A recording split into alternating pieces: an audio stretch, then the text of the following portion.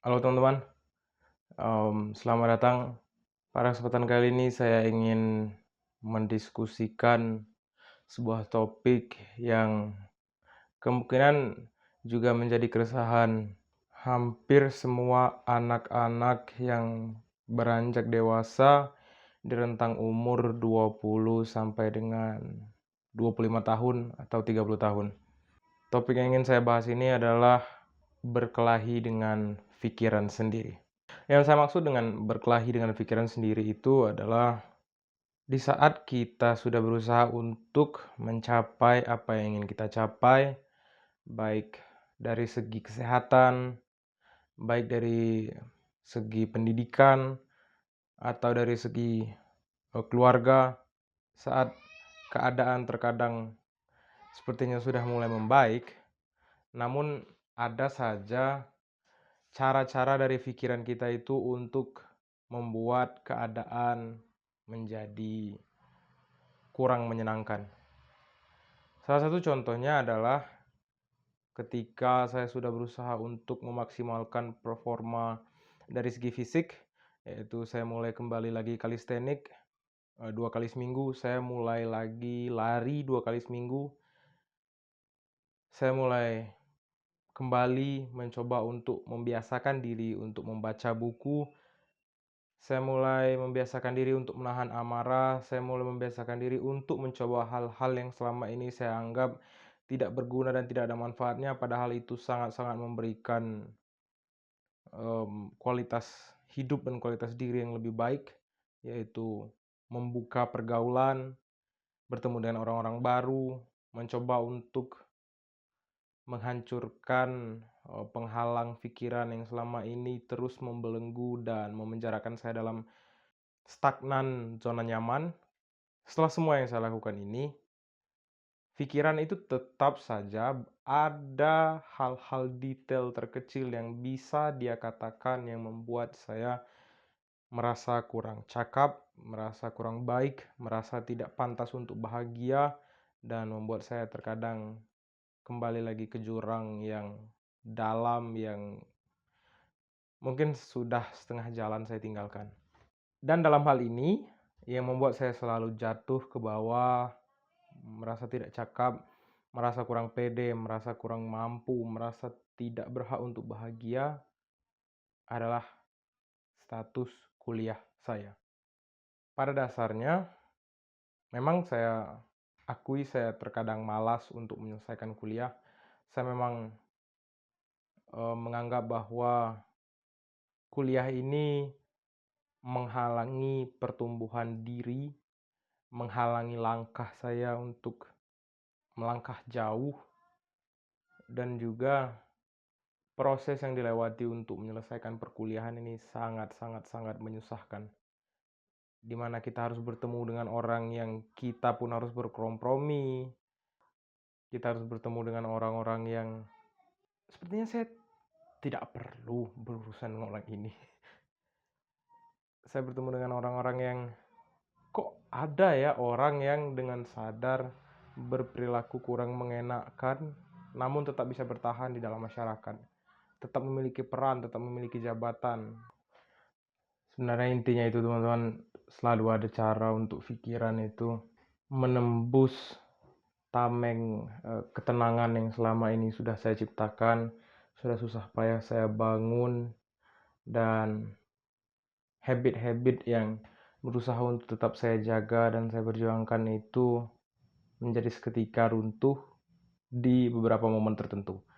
Misal saat 1 jam sebelum tidur, di saat tidak ada lagi stimulun-stimulun eksternal dari handphone, tidak ada lagi stimulun dari laptop, cuman saya dengan pikiran saya sendiri, dan di saat itulah terkadang pikiran itu memberikan fakta-fakta bahwa engkau sebenarnya belum pantas untuk bahagia. Dan hal inilah yang mulai dari 2022 sampai dengan 2024 sekarang yang tetap memberikan saya perasaan tidak tenang dan memberikan sugesti bahwa jika saya belum menyelesaikan kuliah, maka Edwin Fernando tidak berhak untuk bahagia dan tidak berhak untuk menjalani hari-hari dengan tenang. Dan ini memang menghambat pertumbuhan saya sebagai orang yang berusaha untuk tetap berbuat baik di dunia ini, meskipun ya saya sadar kalau banyaklah hal-hal buruk yang selama saya hidup saya ciptakan. Saya sedang berusaha untuk setidaknya melakukan sedikit kebaikan di dunia ini. Pikiran negatif ini creep out di saat-saat hal yang coba saya bangun itu runtuh, dan di saat itulah pikiran negatif ini datang dan membisikkan ke pikiran saya, memberikan pernyataan kalau sudah saya bilang kau itu terlahir sebagai pecundang, kau itu terlahir sebagai pemalas, kau itu terlahir sebagai orang yang tidak akan pernah merasakan bahagia. Maka jalanilah hidupmu sebagai pecundang. Akuilah bahwa kau tidak akan mampu. Akuilah bahwa kau hanya pantas untuk hidup di dalam penderitaan, dan jalanilah hidupmu seperti yang selama ini kau jalani, yaitu tetap di zona nyaman, tetap melakukan kegiatan yang tidak ada manfaatnya dan cenderung destruktif atau cenderung merusak. Dan ketiga, bersembunyilah dari dunia. Dan kenyataannya itu sangat memukul, sangat memberikan ketidaknyamanan. Sampai ada pernyataan dari teman saya itu kalau tidur malam, bahkan tidur hampir lewat tengah malam itu sampai tidak nyenyak karena bantal yang digunakan untuk tidur itu panas karena terlalu banyak mikir. Ya, saya merasakan ini di usia sekarang. Saya masuk usia 24 tahun, hampir 24 tahun, bentar lagi 24. Dan saya merasakan dampak dari pikiran yang terkadang cenderung destruktif. Dan setelah umur 24 tahun ini, hampir 24, saya menyadari sebuah quote, yaitu kau sebenarnya bukan berkelahi atau bersaing dengan orang di luar sana, tapi kau sebenarnya hanya bersaing dengan pikiranmu sendiri. Seperti quotes yang dicetuskan oleh Epictetus, sebenarnya itu bukan hal-hal eksternal atau hal-hal yang datang kepada hidupmu yang memberikan efek negatif, tapi judgment atau penilaianmu terhadap benda atau hal itulah yang memberikan efek negatif. Sebenarnya semua hal eksternal itu netral, tidak negatif, tidak positif. Tapi penilaian kita terhadap hal tersebut yang memberikan nilai bahwa hal tersebut negatif ataupun positif. Nah, dalam hal ini, karir perkuliahan saya ini sebenarnya hal yang netral. Namun penilaian saya, value judgment saya terhadap hal tersebut yang memberikan hal tersebut poin-poin negatif yang akhirnya membuat saya kurang tenang. Dan beberapa bulan terakhir saya menyadari kalau pikiran saya ini, judgment atau penilaian saya ini timbul dari pengalaman saya sebagai orang yang selalu mencari aman di lingkungan sekitar. Baik itu dari segi muncul di ruang publik misal. Saya selalu mencari kesempatan untuk tidak menjadi orang yang terlalu mencolok. Menjadi orang yang di saat ada tanggung jawab atau ada kesempatan untuk tampil di muka umum, baik itu kesempatan yang besar ataupun hal kecil seperti ya jadi ketua kelas atau jadi kepala belajar kelompok, saya selalu menghindar karena hal tersebut akan memberikan saya ketidaknyamanan, hal tersebut akan memberikan saya tekanan untuk menjadi orang yang selalu diperhatikan. Dan itu sebenarnya adalah ruang untuk peningkatan diri, namun saya selalu menghindari hal tersebut, selalu cari aman, selalu di zona aman, dan akhirnya perilaku saya ini menciptakan adaptasi di pikiran dan di cara saya menilai dunia, yang akhirnya terpatrilah status quo bahwa cara kau bertahan di dunia ini adalah dengan cara tetap di zona nyaman. Karena seperti itulah caramu bertahan hidup selama 23 tahun di dunia ini, yaitu dengan cari aman. Dan saat saya mencoba untuk menyeberang dari zona nyaman ini, di saat itulah saya merasakan tidak nyaman. Karena hal tersebut dianggap oleh otak saya adalah hal yang bertentangan dengan naluriah alami kita selama ini. Dan otak menganggap kalau hal tersebut berpotensi untuk menimbulkan konflik, berpotensi untuk memberikan ketidaknyamanan, berpotensi untuk menghancurkan kita. Padahal hal tersebut cenderung membangun, cenderung membentuk dan memberikan kita perspektif baru, pengalaman baru, pengetahuan baru yang sebelumnya mungkin tidak akan kita dapatkan kalau kita hanya berdiam diri di zona nyaman. Dan karena cara pikir tersebut, timbullah sebuah kondisi di pikiran saya, yaitu selalu membanding-bandingkan dengan orang lain, keadaan orang lain, pencapaian orang lain. Jadi pikiran saya itu meletakkan status quo, meletakkan pengakuan bahwa kalau saya belum selesai kuliah, karena semua orang, obviously, semua angkatan saya itu sudah selesai semua. Saya gagal kuliah, saya ulang lagi di 2019, saya asalnya angkatan 2017, dan di 2019 saja ini sekarang sudah banyak yang lulus dan saya masih seperti ini saja. Maka di situ otak saya meletakkan status quo bahwa kalau kau belum selesaikan kuliah ini, maka kau tidak pantas untuk bahagia. Maka kau tidak pantas untuk hanya sekedar menjalani kehidupan sehari-hari itu, saya dianggap tidak pantas. Dan hal inilah yang membebani saya dalam menjalani aktivitas sebagai manusia normal. Sesimpel mau berak, kepikiran, skripsi belum selesai, kau tidak pantas untuk bahagia. Lagi mancing belut, lagi masukin umpan ke dalam lubang belut, tiba-tiba datanglah destructive mind ini, pikiran penghancur ini yang mengatakan kalau kau tidak pantas untuk mancing belut, kau tidak pantas untuk bahagia. Karena kenapa? Kuliahmu belum selesai. Lagi ngobrol dengan teman, enjoying times, lagi lari, datanglah pikiran-pikiran ini yang mengatakan kalau kuliahmu belum selesai, skripsimu belum diselesai, kau tidak pantas untuk bahagia, kau tidak pantas untuk menikmati momen ini, momen indah ini, kau tidak pantas untuk merangkak menuju kebahagiaan di bumi ini. Se-cringe-nya ucapan tadi, ya memang itulah yang saya rasakan.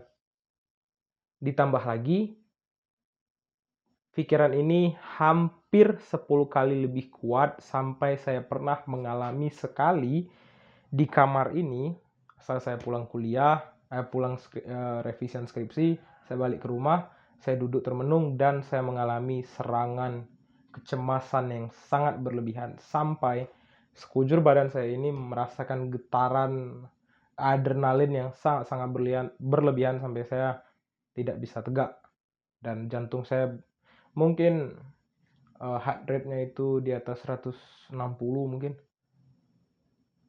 Legit cemas. Karena isi pikiran saya adalah ini adalah hal yang baru. Ya wajar. Ini adalah hal yang baru. Kau pasti tidak akan mampu menyelesaikan skripsi ini. Kau pasti tidak akan mampu. Ditambah lagi saya aslinya orang yang tidak berani berurusan dengan orang-orang yang memiliki kuasa. Saya selalu menghindari konflik ataupun interaksi yang melibatkan kuasa. Yang mana saya tidak berkuasa, yang punya kuasa adalah otoritas setempat, yaitu para tenaga pengajar, tenaga pengurus kampus, dan lain sebagainya.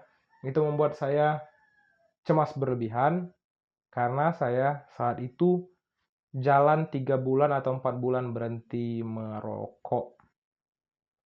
Ditambah lagi saya aslinya orang yang insecure berbicara di depan umum, penampilan juga, saya dulu obesitas, itu menambah faktor kecemasan. Saya juga tidak pernah, berani berbicara di depan umum, saya juga, emang aslinya belum paham skripsi itu bagaimana, saya juga, ya bisa dikatakan cukup kesepian di jurusan yang sekarang karena teman-teman saya, sudah selesai semua dan jurusan baru ini cenderung lingkungan yang sangat-sangat asing. Pelajarannya menyenangkan namun lingkungan yang sangat-sangat asing, bisa dibilang, setengah-setengah individualis lah. Ada beberapa teman-teman yang akrab namun ya bisa dihitung jari lah, 4 mungkin. Dan yang keempat saya berhenti merokok dan yang kelima memang saya rasa umur-umur sekarang 20 sampai 25 tahun ini adalah waktu-waktunya untuk merasakan ketidakpastian. Namun semua kecemasan ini dibalut di momen di mana saya berhenti merokok. Setelah saya berhenti merokok, setelah saya mengalami kecemasan tersebut, akhirnya saya mencoba untuk mencari tahu ada apa sih dengan pikiran saya, sampai saya merasakan yang namanya kecemasan berlebihan itu untuk pertama kalinya dalam hidup saya.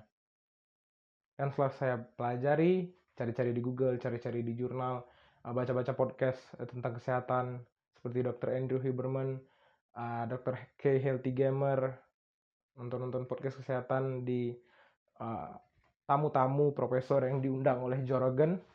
Akhirnya saya memahami kalau memang perokok itu cenderung mengalami kecemasan berlebihan di 1 tahun pertama mereka berhenti merokok. Dan hal tersebut diperparah dengan saya harus menghadapi semua kecemasan, semua ketakutan, semua hal yang akan memberikan saya ketidaknyamanan selama ini, yaitu berbicara di depan umum, melakukan berhubungan dengan relasi kuasa. Berbicara di depan umum ini maksud saya berbicara dengan dosen, bagaimana cara saya berinteraksi dengan orang lain. Relasi kuasa tentu berhubungan dengan dosen yang memiliki karakteristik mereka masing-masing. Ada yang mut-mutan, ada yang bisa ditemui, ada yang jarang bisa ditemui, ada yang memang kita perlu meluangkan kemampuan lebih dan lain sebagainya. Berurusan dengan ketidakpastian, tidak pasti kapan selesai, tidak pasti hari ini akan ketemu atau tidak pasti akan direvisi atau tidak, apakah akan disetujui dan lain sebagainya. Ditambah lagi berhenti merokok dan kesepian.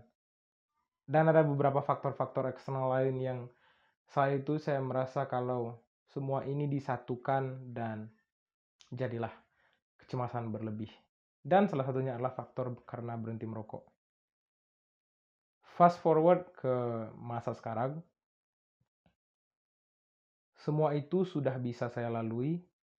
Kalau dalam peribahasa itu badai pasti berlalu, namun badai di pikiran saya itu saat itu sangat-sangat tinggi, sangat-sangat gila, sangat-sangat merusak.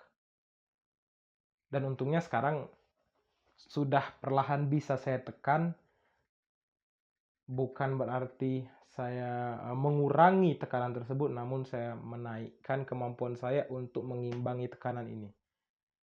Saya tidak hanya berhenti merokok, namun saya juga melatih jantung dengan kardiovaskular, lari. Saya juga melatih otot untuk menopang berpindah dari satu tempat ke tempat lainnya dengan kalistenik. Dan saya juga melatih pikiran saya dengan mencoba untuk membaca buku dan alhamdulillah sekarang saya sudah ada beberapa buku yang selesai saya baca dan akan tetap lanjut membaca buku-buku lainnya. Namun tetap satu hal yang masih sampai sekarang saya rasakan yaitu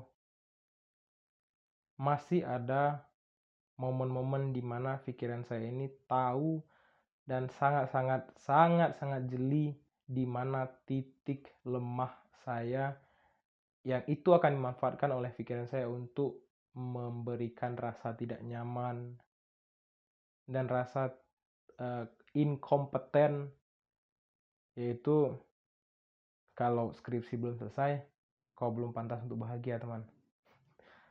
Anjing emang. Saya ada di saya ada di fase di mana semua ejekan eksternal, semua cemoohan, semua ejekan dari orang lain itu ya bagi saya ya udahlah gitu.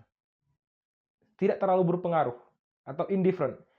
Namun kalau yang mengejek itu saya sendiri ya susah gitu. Yang ngejek itu pikiran saya sendiri itu susah. Karena ya kalau hal-hal eksternal itu saya bisa bilang kalau ya saya tidak bisa kendalikan itu. Itu adalah hal eksternal, indifferent, nggak ngaruh gitu. Namun kalau yang mengejeknya itu pikiranmu sendiri, ya itu susah.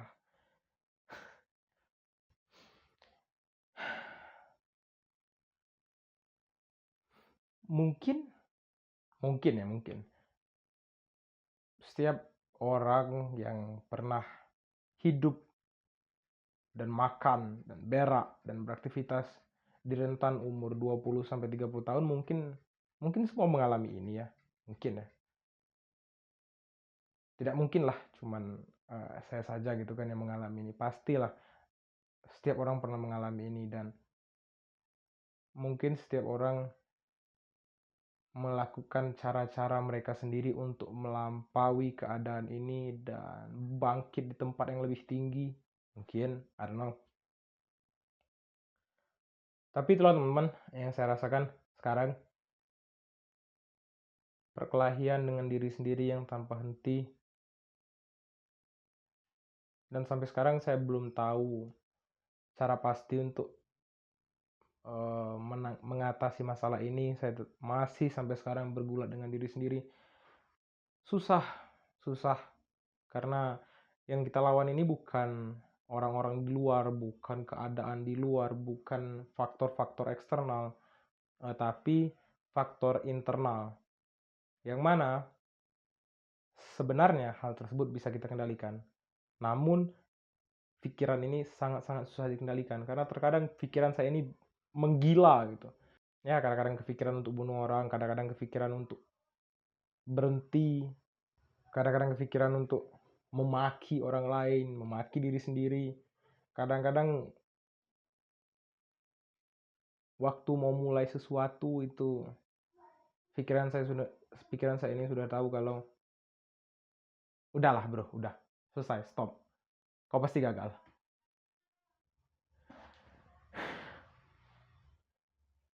Memang susah sih, susah sekali bergulat dengan diri sendiri, susah sekali. Entahlah ya, apa cara yang bisa saya lakukan untuk melampaui kecemasan ini, melampaui keadaan ini dan bangkit menjadi orang yang baru, bangkit menjadi manusia yang lebih baik, bangkit dan tegak seperti yang seharusnya kita lakukan. Karena terkadang kecemasan ini membawa saya kembali ke dalam jurang yang dalam itu, melakukan kebiasaan-kebiasaan lama, melakukan hal-hal yang sebenarnya tidak membawa manfaat. Susah sekali. Ya, adalah fase yang aneh, fase di mana puncak ketidakpastian, hal-hal baru, hal-hal yang nyeleneh. Saya juga harus berkompromi dengan orang-orang yang sebenarnya tidak ingin saya temui dalam kehidupan sehari-hari. Saya juga harus berkompromi dengan keadaan. Ada beberapa hal yang di luar naluri saya, di luar tingkat batasan kompromi saya, namun saya tetap dipaksa untuk bergaul dengan mereka dalam kehidupan sehari-hari. Ada beberapa hal yang bertentangan, namun saya harus tetap melanjutkan kehidupan ini dan tetap harus beriringan dengan ketidakpastian dan pikiran yang terus memaki, pikiran yang terus memberikan pernyataan bahwa kau tidak akan mampu, kau tidak akan dapat menyelesaikan tugas ini, kau tidak akan bisa menjadi orang yang lebih baik. Karena kau ini, kau tidak akan bisa seperti ini. Karena kau ini, maka kau tidak akan ini. Jika kau belum menyelesaikan ini, maka setiap hal yang kau lakukan dalam kehidupan sehari-hari tidak pantas kau lakukan dan kau juga tidak pantas untuk mendapatkan kebahagiaan. Dalam hal ini, saya belum selesai kuliah, maka pikiran saya mengatakan kalau kau belum pantas untuk bahagia, kau belum pantas untuk mendapatkan ketenangan, kebahagiaan, bahagia yang sangat-sangat hakiki di dunia ini. Maka dari itu, berjalanlah di dunia ini dalam naungan kecemasan. Janganlah berusaha untuk memperbaiki diri, janganlah berusaha untuk menaiki anak tangga yang lebih tinggi. Tetaplah menjadi seorang pecundang. Itulah pikiran yang setiap hari mengiringi saya kemanapun saya melangkah. And still, I'm trying to be better, man. I'm trying to be as good as I possibly can. Takes time. Takes a lot of fucking time. Mungkin normal ya. Mungkin sih. Mungkin normal untuk di umur sekarang beriringan dengan ketidakpastian dan pikiran yang terus memaki. But I don't know, man. Maybe shit happens. Oke, terima kasih teman-teman. Nah, itulah untuk video kali ini, dan saya rencananya akan berusaha untuk konsisten upload konten yang konten-konten selanjutnya lebih menekankan ke pengalaman saya sebagai manusia. Dan seperti biasa, sampai ketemu di konten saya selanjutnya. Terima kasih.